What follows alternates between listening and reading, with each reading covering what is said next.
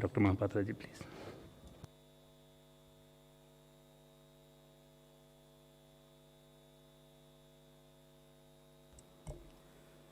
नमस्कार, आप सभी को ये जॉइंट प्रेस कॉन्फ्रेंस को स्वागत है। हम आज बे ऑफ बंगाल में जो साइक्लोनिक स्टॉर्म डेवलप हुआ है इसके बारे में आपको जानकारी देंगे।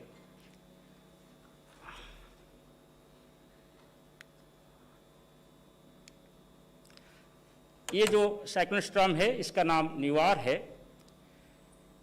इसका जो फॉर्मेशन एक लो प्रेशर एरिया से हुआ 21 तारीख को। 22 तारीख को ये वेलमार्ट लो प्रेशर एरिया में डेवलप हुआ। 23 तारीख अर्ली आवर्स में 2:30 बजे के आसपास ये एक डिप्रेशन में परिणत हुआ और धीरे धीरे ये इंटेंसिफिकेशन होकर आज सुबह अर्ली मॉर्निंग में एक साइक्लोन स्टॉर्म में परिणत हुआ है। जैसे आप ये उपग्रह से प्राप्त चित्र में देख रहे होंगे, जो कन्वेक्टिव क्लाउड्स है वो धीरे धीरे ऑर्गेनाइज्ड हो रहा है और एक शेप ले रहा है जिसको हम साइक्लोन बोलते हैं। अभी इसके साथ जो विंड स्पीड है वो लगभग 80 से 90 kilometre per hour gusting to 100 kilometre per hour है और ये दक्षिण पश्चिम बे ऑफ बंगाल के ऊपर ये विंड्स चल रहा है। इसका जानकारी हम लगातार दे रहे हैं और इसके लिए हम प्रेस रिलीज तो पहले से कर रहे थे और आज हम एक प्रेस कॉन्फ्रेंस कर रहे हैं। और मैं ये साइक्लोन बात में बताने के बाद डीजी NDRF आप सभी को स्टेप्स जो ले जा रहे हैं स्टेट लेवल पे और सेंट्रल लेवल पे उनका जानकारी देंगे। ये अभी पुडुचेरी से लगभग 370 किलोमीटर दूरी पे दक्षिण पूर्व दिशा पे केंद्रीभूत है। आज इस वक्त इसका जो पूर्वानुमान है इसके हिसाब से अभी अगले 12 घंटे के लिए ये पश्चिम उत्तर पश्चिम दिशा पे गति करेगा और इसके बाद ये उत्तर पश्चिम दिशा पे गति करके तमिलनाडु और पुडुचेरी कोस्ट को कराईकल और मामल्लापुरम यानी महाबलीपुरम के अंदर पार करेगा तट को। धीरे धीरे ये इंटेंसिफिकेशन होकर आज शाम को नहीं तो रात को एक सीवियर साइक्लोन स्टॉर्म में परिणत होने का हम पूर्वानुमान किए हैं और कल सुबह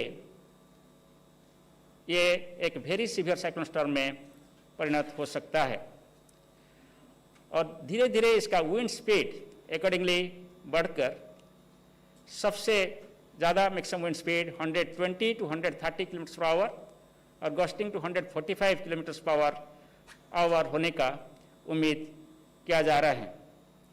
और ये जब तट को पार करेगा तभी यही विंड स्पीड रहेगा 120 to 130 kilometre per hour gusting to 145 kilometre per hour. आप लेफ्ट साइड में जो फिगर देख रहे हैं वो ट्रैक का फोरकास्ट है। जो बैलून देख रहे हैं वो हमारा ट्रैक का अनसर्टेनिटी जो है वो दिखाता है। राइट साइड में जो आप देख रहे हैं वो इसके साथ साथ जो विंड स्पीड रहेगा, कौन सा एरिया में कितना विंड स्पीड रहेगा, ये डिफरेंट कलर में सूचना दी गई है। सबसे ज़्यादा विंड स्पीड जहां लैंडफॉल होगा इसके आसपास एरिया में होगा 120 to 130 किलोमीटर पर आवर और धीरे धीरे दोनों साइड की तरफ विंड स्पीड कम होता रहेगा। हम बाद में देखेंगे डिफरेंट डिस्ट्रिक्ट्स में क्या क्या विंड्स रहेगा। आपको जानकर ये खुश होगा कि ये सभी इंफॉर्मेशन इंडिया मेट्रोलॉजिकल डिपार्टमेंट का वेबसाइट में अवेलेबल है और साइक्लोन के लिए हम अभी एक GIS based web page create किए हैं, इसको आप विजिट कर सकते हैं जिसका एड्रेस यहाँ दिया गया है। जब साइक्लोन कोई तट को पार करता है इसके साथ मल्टी हजार्ड सिनेरियो डेवलप होता है क्योंकि इसके साथ साथ हेवी रेनफॉल होता है, स्ट्रॉन्ग विंड्स रहता है और समुद्र से टाइडल वेव भी लो लाइंग एरिया को इनंडेट करता है। सो हेवी रेनफॉल की बातें करें तो आज से हेवी रेनफॉल शुरू हो चुका है। कोस्टल तमिलनाडु में आइसोलेटेड प्लेसेस में हेवी रेनफॉल शुरू हो चुका है। चेन्नई में भी आज 7 to 9 सेंटीमीटर रेनफॉल रिकॉर्ड किया गया है। जैसे कि हम पूर्वानुमान किए थे 24 तारीख से कोस्टल तमिलनाडु में हेवी रेनफॉल शुरू होगा वैसे हो रहा है। और ये रेनफॉल बढ़कर 25 तारीख में कोस्टल और नॉर्थ इंटीरियर तमिलनाडु में सबसे ज़्यादा बारिश होगा। लगभग सभी जगह पर बारिश होने के साथ साथ कुछ इलाका में heavy to very heavy rainfall होगा और आइसोलेटेड प्लेसेस में एक्सट्रीमली हेवी रेनफॉल यानी 20 सेंटीमीटर से ज़्यादा बारिश हो सकता है। एक्सट्रीमली हेवी रेनफॉल जो डिस्ट्रिक्ट में होने वाला है आज वो है पुडुकोटाई, तंजावुर, तिरुवारूर, कराईकल, नागपट्टनम, उडालूर, आर्यालूर और पेराबलूर डिस्ट्रिक्ट्स। और 25 तारीख को ये एरिया बढ़ेगा और कडालूर से शुरू करके यहाँ पेराम्बलूर और कराईकल समेत सभी जिले में एक्सट्रीमली हेवी रेनफॉल हो सकता है। इसके साथ साथ तमिलनाडु के आसपास जो आंध्र प्रदेश है इसमें 2 डिस्ट्रिक्ट स्पेशली नेल्लोर और चित्तूर, वहाँ भी हम एक्सट्रीमली हेवी रेनफॉल 25 तारीख को उम्मीद कर रहे हैं। 26 को रायलसीमा और south eastern part of Telangana, वहाँ भी हम आइसोलेटेड प्लेसेस में एक्सट्रीमली हेवी रेनफॉल एक्सपेक्ट कर रहे हैं। मगर ये सभी एरिया को देखें तो सबसे ज़्यादा वल्नरेबल जोन है जिसमें ज़्यादा बारिश होने का हम उम्मीद कर रहे हैं वो है नॉर्थ तमिलनाडु डिस्ट्रिक्ट्स। आप हमारा जो इम्पैक्ट बेस्ड वार्निंग है इसके हिसाब से हम रेड कलर वार्निंग हम दे रहे हैं 25 तारीख के लिए coastal and north interior Tamil Nadu and Puducherry Karaikal area के लिए, और 26 तारीख को हम रायलसीमा एरिया के लिए रेड कलर वार्निंग दे रहे हैं। ये डिस्ट्रिक्ट वाइज रेनफॉल वार्निंग है। इसमें जो जो डिस्ट्रिक्ट में ज़्यादा रेनफॉल का उम्मीद किया जा रहा है, ज़्यादा इम्पैक्ट उम्मीद किया जा रहा है, वहाँ रेड कलर है और इसका मतलब है वहाँ एक्सट्रीमली हेवी रेनफॉल वार्निंग दिया गया है। और ऑरेंज कलर जहाँ है वहाँ हम heavy to very heavy rainfall expect कर रहे हैं। येलो कलर जहाँ है वहाँ हेवी रेनफॉल हम एक्सपेक्ट कर रहे हैं। जैसे आपको दिखाई दे रहा है लेफ्ट हैंड साइड फिगर जो है वो 24th का एरिया है जहाँ heavy to extremely heavy rainfall होगा और right hand side figure 25th के लिए है तमिलनाडु के लिए। ये है आंध्र प्रदेश के 25 और 26 तारीख को। लेफ्ट हैंड साइड फिगर में 25 तारीख को जो आप देख रहे हैं चित्तूर और नेल्लोर सबसे ज़्यादा वल्नरेबल है एक्सट्रीमली हेवी रेनफॉल की, और इसके साथ साथ 26 तारीख को भी रेनफॉल जारी रहेगा स्पेशली रायलसीमा एरिया में और साउथ कोस्टल आंध्र प्रदेश में, वहाँ भी 1-2 जगह पर एक्सट्रीमली हेवी रेनफॉल हो सकता है। आप तेलंगाना की बात करें, जैसे मैं बोल रहा था कि साउथ ईस्ट तेलंगाना जो है उस एरिया ज़्यादा वल्नरेबल है। 25 तारीख के बाद जब सिस्टम तट को पार करने के बाद इंटीरियर जाएगा, धीरे धीरे रेनफॉल तेलंगाना में बढ़ने लगेगा। इसलिए 26 तारीख को हम एक्सट्रीमली हेवी रेनफॉल एक्सपेक्ट कर रहे हैं साउथ ईस्ट तेलंगाना में। विंड की बात करें तो अभी जैसे मैं बोल रहा था 80 to 90 km/h gusting to 100 km/h wind सभी चल रहा है समुद्र में, specially south west Bay of Bengal पे। वो धीरे धीरे बढ़ के 120 to 130 km/h गस्टिंग 145 km/h होगा। और ये पीरियड है 25 तारीख नून से नाइट तक। और इसके साथ साथ जो area west central Bay of Bengal है यानी साउथ कोस्टल आंध्र प्रदेश के पास जो समुंदर है वहाँ भी विंड स्पीड 65 to 75 km/h रहेगा। और गल्फ ऑफ मन्नार जो कि साउथ तमिलनाडु कोस्ट के पास जो एरिया है श्रीलंका और तमिलनाडु के बीच, वहाँ भी wind speed 65 to 75 km/h gusting to 85 km/h हो सकता है। सो वहाँ भी हम वार्निंग जारी किए हैं। सिर्फ डिस्ट्रिक्ट वाइज फिर आप विंड वार्निंग देखें, जो रेड कलर यहाँ इंडिकेशन किया गया है नॉर्थ कोस्टल तमिलनाडु का जो डिस्ट्रिक्ट्स है वो डिस्ट्रिक्ट्स में सबसे ज़्यादा विंड स्पीड रहेगा 120 to 130 km/h गस्टिंग 145 km/h। वो है नागपट्टनम, कराईकल, मयिलादुथुराई, कुडालूर, पुडुचेरी, विल्लुपुरम और चेंगलपट्टू। ये सभी डिस्ट्रिक्ट सबसे ज़्यादा प्रभावित होगा स्ट्रक्चरल डैमेज के हिसाब से। और 80 to 90 km/h gusting to 100 km/h wind हो सकता है तिरुवारूर, कांचीपुरम, चेन्नई और तिरुवल्लुर डिस्ट्रिक्ट्स पे। सो ये जो मैक्सिमम विंड्स होगा वो पीरियड है 25 तारीख नून से शुरू करके 25 तारीख रात तक मीन्स 12 बजे तक ये विंड स्पीड रहने का हम उम्मीद कर रहे हैं। और आंध्र प्रदेश का बात करें तो सिर्फ 2 डिस्ट्रिक्ट ज़्यादा विंड रहेगा, वो है नेल्लोर डिस्ट्रिक्ट और चित्तूर डिस्ट्रिक्ट। जो थर्ड कंपोनेंट है जिसको पहले हम किलर बोल रहे थे, क्योंकि वो tidal wave all of a sudden आता है जब साइक्लोन आता है, सो इसके लिए पहले से ही लो लाइंग एरिया से लोगों को विस्थापित किया जाता है। वो टाइडल वेव ये साइक्लोन जब तट को पार करेगा वो लगभग 1 मीटर से 1.5 मीटर हाइट होने का हम पूर्वानुमान कर रहे हैं।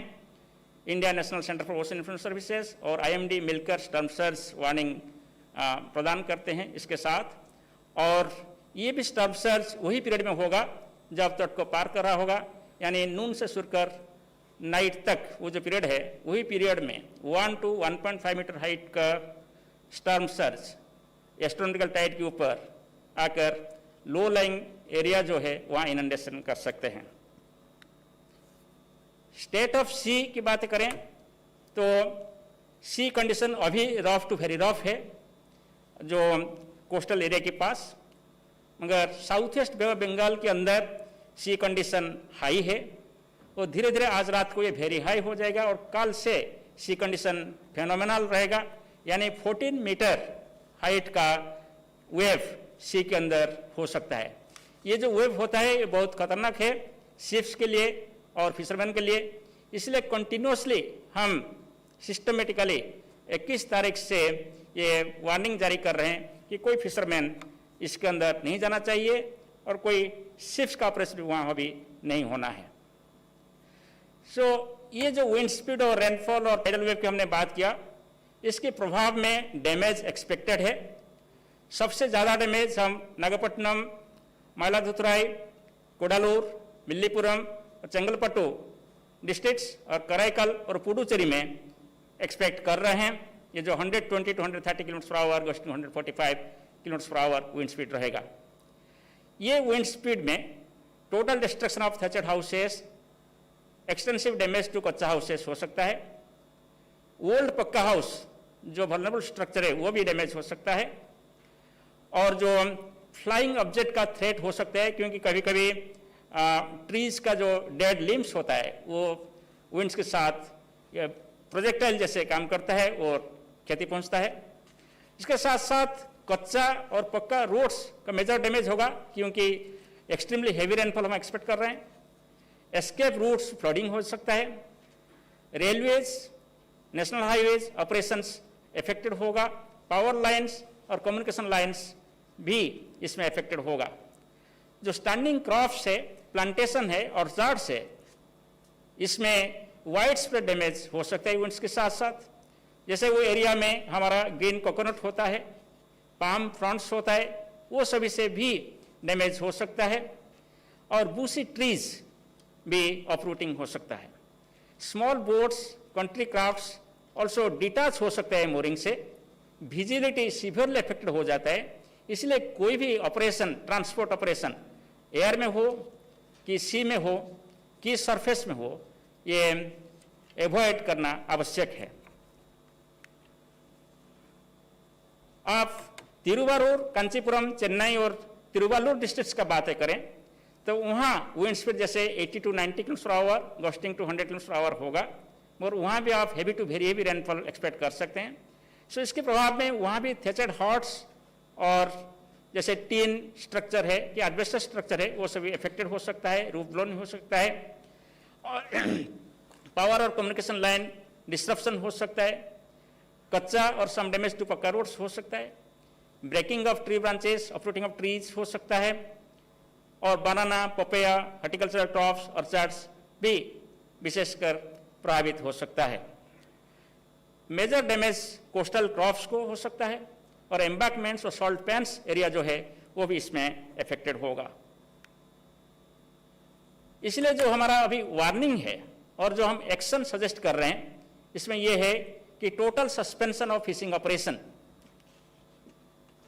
mobilize evacuation from coastal areas, coastal hotman dwellers to be moved to safer places, people in affected areas to remain in safe places and indoors, judicious regulation of rail, road and air traffic, movement of motor boats and small ships completely unsafe है, ये सब बंद होना चाहिए। ये सभी जानकारी हम हर 3 घंटे प्रदान कर रहे हैं और कल जब ये तट को पार करेगा तो हम हर घंटे भी इसका विवरण आपको प्रदान करेंगे। और ये सभी पूर्व सूचना को पाथे करके central and state government agencies पदक्षेप ले रहे हैं। हम सभी मिलकर इसको सामना कर रहे हैं और इसका विशेष जानकारी प्रधान साहब आपको प्रदान करेंगे। मैं इसके साथ आपको यही बोलना चाहता हूं कि र्यूमर में बिलीव मत करिए। जो ऑफिशियल इंफॉर्मेशन प्रोवाइड किया जा रहा है इसको आप दूसरों को दें और इससे सभी मिलकर साइक्लोन जैसे नेचुरल हैजार्ड का मुकाबला करें। धन्यवाद। Thank you, Dr. Mahapatra ji. After knowing the status and the expected damages, we have now DG NDRF. What is our preparedness and how to minimize and reduce the damage? So, DG NDRF, please. Thank you Dattwalia साहब, thank you Mahapatra ji. जैसा कि आप लोगों के सामने महापात्रा साहब ने IMD के परिप्रेक्ष्य से, from the perspective of IMD, उन्होंने स्टॉर्म के सिचुएशन के बारे में, साइक्लोन के सिचुएशन के बारे में बताया। अब मैं आपको साइक्लोन निवार के प्रिपेयर्डनेस के बारे में बताऊंगा। Can you pass on that? जो एनडीआरएफ की प्रिपेयर्डनेस है वो उसी पर आधारित है जो महापात्रा साहब ने इनपुट दिया है। मैं आपको ये बता दूं कि ये एक रैपिडली डेवलपिंग सिचुएशन है, रैपिडली डेवलपिंग साइक्लोन है। एक समय में ये डिप्रेशन के रूप में था, बाद में सीवियर साइक्लोनिक स्टॉर्म के रूप में प्रेडिक्ट हुआ और अभी जो ऐसा जो डेटा मिल रहा है, जो आईएमडी ने भी कंफर्म किया है कि it could become a very severe cyclonic storm. So severe से वेरी सीवियर की कैटेगरी में, अर्थात 100 किलोमीटर के आसपास की हवा जो अनुमानित थी अब वो 120-130 तक जा सकती है। और जैसा कि नेचर के साथ होता है कि we should be prepared for the worst, so we should be prepare for the higher level of intensity, जो कि अगर 120-130 हाईएस्ट माना गया तो उसके अनुसार तैयारी करनी है। तो वही तैयारी एनडीआरएफ ने की है। जैसा कि बताया गया, जो नीचे स्लाइड में दिख रहा है मैप में, मामलापुरम और कराईकल के बीच में इसकी लैंडिंग हो सकती है। वो कल 25 तारीख के किसी समय दिन में होने की संभावना है। We are keeping a close watch. NDRF का जो कंट्रोल रूम है वहाँ से हम लोग 24/7 वॉच रखते हैं और वॉच केवल नहीं रखते, हम लोग स्टेट्स के साथ कोऑर्डिनेट करते हैं। और स्टेट्स के साथ कोऑर्डिनेशन का मतलब है डिस्ट्रिक्ट एडमिनिस्ट्रेशन के साथ, डिस्ट्रिक्ट पुलिस के साथ, स्टेट पुलिस, स्टेट के डिजास्टर मैनेजमेंट डिपार्टमेंट के साथ हम लोग कोऑर्डिनेट करते हैं। और हमारी टीमें अवेलेबल हैं अक्रॉस द 3 स्टेट्स जो पोटेंशियली अफेक्टेड स्टेट्स हैं, जिसमें कि मैं मानता हूं कि तमिलनाडु और पौंडीचेरी ज़्यादा अफेक्टेड होने की संभावना है और उससे थोड़ा कमतर आंध्र प्रदेश के ज़िले होंगे। तो इसलिए ज़्यादा फोकस तमिलनाडु और पौंडीचेरी पर ऑब्वियसली है। तो वहाँ पर हम लोगों ने एनडीआरएफ की टीमें ऑलरेडी तैनात कर दी हैं। कौन सी टीमें तैनात की हैं वो मैं आगे बताऊँगा। एक स्पेशल सिचुएशन हमारे लिए ये है कि ये कोविड का सिचुएशन है, जो कि एक अपने आप में एक यूनिक चैलेंज है। साइक्लोन को कोविड के समय में हम लोगों को डील करना पड़ रहा है, लेकिन अच्छी बात यह है कि इस साल पूरा साल जो है उसी तरह से गुजरा है। जो पहला साइक्लोन आप लोगों को याद होगा, अम्फन साइक्लोन हुआ था, उसके बाद निसर्ग हुआ था और दोनों ही कोस्ट में हुआ। उसके बाद फ्लड्स भी आए, एक केमिकल एक्सीडेंट हुआ विशाखापट्टनम में। ये सभी कोविड के समय में ही एनडीआरएफ ने डील किया। तो मैं समझता हूं कि एक तजुर्बा इससे हम लोगों को हुआ है और we have been able to handle it reasonably well. हमारा जो इन्फेक्शन रेट है एनडीआरएफ का, in spite of going to difficult areas and affected areas and handling affected populations, उसके हिसाब से काफ़ी कम है और इसको प्रिकॉशंस लेकर हम लोग काम करते हैं। लेकिन चूंकि इसमें लोगों की मदद करनी है, सिटीजन्स को हम लोगों को रेस्क्यू करना ही है, तो इसलिए हम लोग पूरा एहतियात बरतकर और प्रोटोकॉल के हिसाब से एक एसओपी को फॉलो करते हुए हम लोग काम करते हैं। और जैसा कि आप देख रहे हैं, ये कडलोर में ही हमारी टीम जो है पीपी के साथ लैश है और इसके अलावा भी स्पेशलाइज सूट्स हैं। जब पानी बरसेगा या साइक्लोन आएगा या ट्री कटिंग का काम करना पड़ेगा तो उसमें भी वो लोग तैयारी के साथ गए हैं। ये जो ब्रेकअप है, जो आप लोग ज़्यादा जानना चाहेंगे कि एनडीआरएफ की टीमें कहाँ हैं, तो जैसा कि आप लेफ्ट मोस्ट साइड में आप देख रहे हैं कॉलम में, 2 बटालियन के जुरिस्डिक्शन में ही ये दोनों स्टेट्स आ रही हैं, तीनों स्टेट्स आ रही हैं। पौंडीचेरी को मिलाकर तमिलनाडु, पौंडीचेरी 4th बटालियन के जुरिस्डिक्शन में आ रही हैं, जो तमिलनाडु में है। बटालियन हेडक्वार्टर अरकोनम में है और उसकी लगभग 12 टीमें, 3 कडलोर में, 2 चिदम्बरम में, नेवेली में 1, ये हो गई 6 टीमें। 2 टीम चेन्नई में, 1 मदुरई में, 1 ममलापुरम में और 2 विल्लुपुरम में। तो इस तरह से 12 टीमें तमिलनाडु स्टेट में और पुडुचेरी में 2 टीमें पुडुचेरी में और 1 कराईकल में। और जैसा कि आपको बताया गया कि कराईकल और ममलापुरम के बीच में लैंडिंग की संभावना है। और जहाँ तक आंध्र प्रदेश का सवाल है, तो वहाँ भी वही जिले अफेक्टेड हो रहे हैं जो तमिलनाडु से सटे हुए हैं। तो इसलिए नेल्लोर और चित्तूर में टीमें हैं, 3 टीम नेल्लोर में है और चित्तूर में 1 टीम है, जो कि अभी मूव करके पहुंचने वाली है या पहुंच चुकी है। विशाखापट्टनम में पहले से ही तैनात है 3 टीम एनडीआरएफ की। इस तरह से 22 टीमें, कुल 22 टीमें ऑलरेडी ग्राउंड पर उपलब्ध हैं, जो कि स्टॉर्म फेसिंग है, टुवर्ड्स द कोस्ट हैं। और 8 टीमें हम लोगों को बटालियन हेडक्वार्टर में रेस्पेक्टिव स्टैंड बाई में है, अरकोनम और विजयवाड़ा में। इसलिए 22 + 8 30 टीमें हम लोग कमिट कर चुके हैं इस साइक्लोन को फेस करने के लिए। लेकिन इसके अलावा भी अगर कुछ टीमों की ज़रूरत है तो उसको भी स्टैंड बाय रखा गया है, वो मैं जस्ट बता रहा हूँ। ये पोजीशनिंग आप देख सकते हैं, जिससे आपको ये आइडिया हो जाएगा कि जो टीमें आ रही हैं, टीमें लगी हुई हैं, वो किस तरह से लगाई गई हैं। ऑल अलोंग द आर्क आप देख सकते हैं टीमों को लगा गया है। और ये अलर्ट, प्री डिप्लॉयमेंट और स्टैंड बाय मिलाकर ऑल 30 टीम्स का जो डिप्लॉयमेंट है वो आपको मैप में दिख रहा है। एडिशनल टीम्स जो मैंने कहा, अगर इस 30 टीम के अलावा भी अगर एनडीआरएफ की टीमों की ज़रूरत पड़े, वो किसी भी वक्त पड़ सकता है। स्टॉर्म के तुरंत पहले पड़ सकता है या साइक्लोन के तुरंत बाद पड़ सकता है। बिकॉज हम लोगों को ये याद रखना पड़ेगा कि साइक्लोन के अलावा इसके पीछे पीछे, साइक्लोन के पीछे पीछे अतिवृष्टि, हेवी रेनफॉल होने की संभावना है। और हेवी रेनफॉल होने पर फ्लडिंग हो सकती है, वाटर लॉगिंग हो सकती है और उसके भी अलग डेंजर्स हैं। तो उसको भी टैकल करने की ज़रूरत पड़ेगी और उसके लिए भी एनडीआरएफ टीमें कंटिन्यू करेंगे। ऐसा नहीं है कि साइक्लोन के बाद एनडीआरएफ टीमें वहाँ से हट जाएंगी। तो since the NDRF teams will continue, हो सकता है और टीमों की ज़रूरत और टीमों की मांग स्टेट्स करें। तो उसके लिए हम लोगों ने 3rd बटालियन कटक के पास उड़ीसा में, 10 बटालियन जो विजयवाड़ा में, गुंटूर में, और आरआरसी त्रिशूर जो कि केरला में है, इन तीनों स्पॉट्स में 20 से ज़्यादा टीमों को स्टैंड बाय में रखा है शॉर्ट नोटिस पर ट्रैवल कराने के लिए, ताकि अफेक्टेड एरिया में उनको लिया जा सके। तो इस तरह से 30 और 20 से ज़्यादा, मतलब 50 से ज़्यादा टीमों को हम लोगों ने एक तरह से तैयार रखा है इस साइक्लोन से डील करने के। कुछ विजुअल्स हैं जो आपको देखने पर समझ में आ जाएंगे कि दीज आर रेकी। वो कल या परसों से ये काम शुरू हो चुका है और लोकल एडमिनिस्ट्रेशन और लोकल लोगों के साथ एनडीआरएफ की टीमें वहाँ पर मूवमेंट कर रही हैं और अवेयरनेस कैंप भी कर रही हैं, समझा भी रही हैं सेफ एरियाज़ में जाने के लिए और साइक्लोन शेल्टर्स में चले जाने के लिए। एक मैसेज मैं भारत सरकार की तरफ से देना चाहूँगा, जो कि महापात्रा साहब भी उसमें मानेंगे।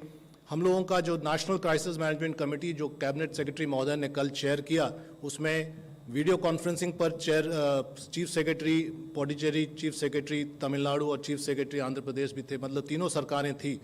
तो यही निर्णय लिया गया कि किसी भी परिस्थिति में हम लोगों को अगर एरर करना भी है तो on the side of precaution होना चाहिए, on the side of precaution.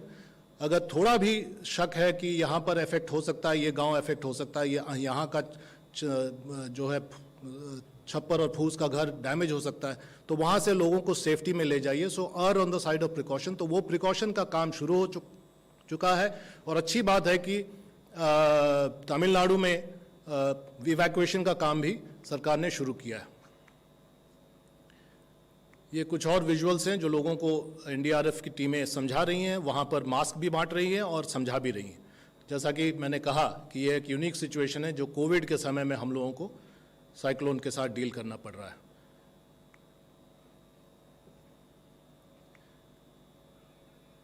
ये अनाउंसमेंट हो रहा है, ये लोकल पुलिस के साथ हम लोग कार्रवाई कर रहे हैं लोकल लोगों को समझा रहे हैं और लोकल लोगों के साथ, कम्युनिटी के साथ उनको अगर सेफ्टी जोन में ले जाना है तो उसकी कार्रवाई हो रही। So thank you very much. Last में बस यही संवाद हम लोग भारत सरकार की तरफ से देना चाहेंगे कि जैसा कि मैंने कहा कि नेचर में हम लोग कोई चीज़ एंटिसिपेट नहीं करते हैं, तैयारी हायर लेवल पर होनी चाहिए ताकि जो उसका जो वर्स्ट फॉर्म है उसके साथ हम लोग टैकल कर सकें, और उसी प्रिंसिपल के आधार पर तैयारी है। और फिर भी एहतियात पूरी बरतने की कोशिश की जा रही है, लोगों को समझाया जा रहा है। और अच्छी बात है कि तमिलनाडु सरकार, पौंडीचेरी सरकार और आंध्र प्रदेश सरकार इसमें पूरी तरह से कोऑपरेट कर रही है और हम लोग साथ मिलकर इस काम को अंजाम दे रहे हैं। धन्यवाद। Thank you very much. I think it was detailed presentation plus preparedness idea. And now if there is any question, friends, we can take the questions. But I think because it's a advanced information and advanced preparedness, so I don't see any question, but if there is any, we can take your questions. So we all hope that okay, this is question 41. Sir मैं मनीष हूँ जी news से, मैं थोड़ा late से आया था। Sir ये जो साइक्लोन आ रहा है, कुछ नंबर से कितने लोग प्रभावित होने वाले हैं, अगर उनके कुछ नंबर्स मिल जाए। देखिए ये कोस्टल आबादी है और जैसा कि आपने देखा कि तमिलनाडु में लगभग 9 जिले प्रभावित हो रहे हैं, जिसमें से 6 जिले सबसे ज़्यादा प्रभावित होंगे। और इसलिए वो जो जिलों के पॉपुलेशन है उनको अगर आप जोड़ दें तो कुछ करोड़ों में पॉपुलेशन आएगा। तो अच्छी बात है कि एहतियात के तौर पर तमिलनाडु सरकार ने कई एहतियाती कदम ले लिए हैं, पौंडीचेरी ने भी लिए हैं। इवैक्यूएशन का काम तो शुरू हुआ है जैसा कि मैंने कहा। साथ ही साथ जैसा सूचना मिली है, इसको आधिकारिक तौर पर स्टेट ज़्यादा कंफर्म कर सकता है कि ट्रांसपोर्टेशन आवागमन बंद कर दिया गया है। कहीं कहीं पर 144 भी लागू किया गया है और कहीं कहीं पर जो है जो नॉर्मल जो मूवमेंट है लोगों का, उनको रोककर ये हिदायत दी गई है माइक के द्वारा भी, रेडियो के द्वारा भी, टेलीविज़न के द्वारा भी और सोशल मीडिया के द्वारा भी कि अपने अपने घर में रहें, अपने घर के चार दीवारी में रहें अगर घर सेफ है, और नहीं तो साइक्लोन शेल्टर्स में चले जाएं। और मुझे बताते हुए खुशी है कि साइक्लोन शेल्टर्स जो परमानेंट हैं, स्ट्रक्चर्स बने हुए हैं, उनमें भी शिफ्टिंग करने की हिदायत दी गई है और कुछ टेम्पररी साइक्लोन शेल्टर्स भी बना दिए गए हैं। तो इसलिए पॉपुलेशन तो काफ़ी बड़ा होगा, जो 9 जिले हैं वो पूरे अफेक्टेड होने की संभावना है और उसी के आधार पर कार्रवाई हो रही है। Next 14. सर मैं आमिर हूँ न्यूज़ नेशन से। सर ये निवार जो साइक्लोन है, कितने बजे तक कोई तटीय इलाकों से टकरा सकता है, तट से टकरा सकता है, इसके बारे में कुछ बता पाएं। साइक्लोन निवार का जो अभी पूर्वानुमान हम जारी किए हैं, ये तमिलनाडु और पुडुचेरी तट को 25 तारीख को लेट इवनिंग यानी 8 बजे से 12 बजे के अंदर तट पार करेगा। जब ये तट को पार करेगा, इसका विंड स्पीड 120 से 130 kilometre per our, costing 145 kilometre per hour होने का उम्मीद किया जा रहा है। और ये एक वेरी सीवियर साइक्लोन स्टॉर्म का विंड स्पीड है। Thank you, friends. We will continue to update you through press release, through the PIB or through the concerned agencies, whether NDRF or IMD. So please keep note of this. The regular information will be made available to you from the MHA side and the Ministry of Science and Technology, IMD side. We will be providing the regular information. Thank you very much. We are also updating from NDRF on the social media on a regular basis, on a real-time basis, and we'll continue to do so. Thank you very much, friends. Thank you.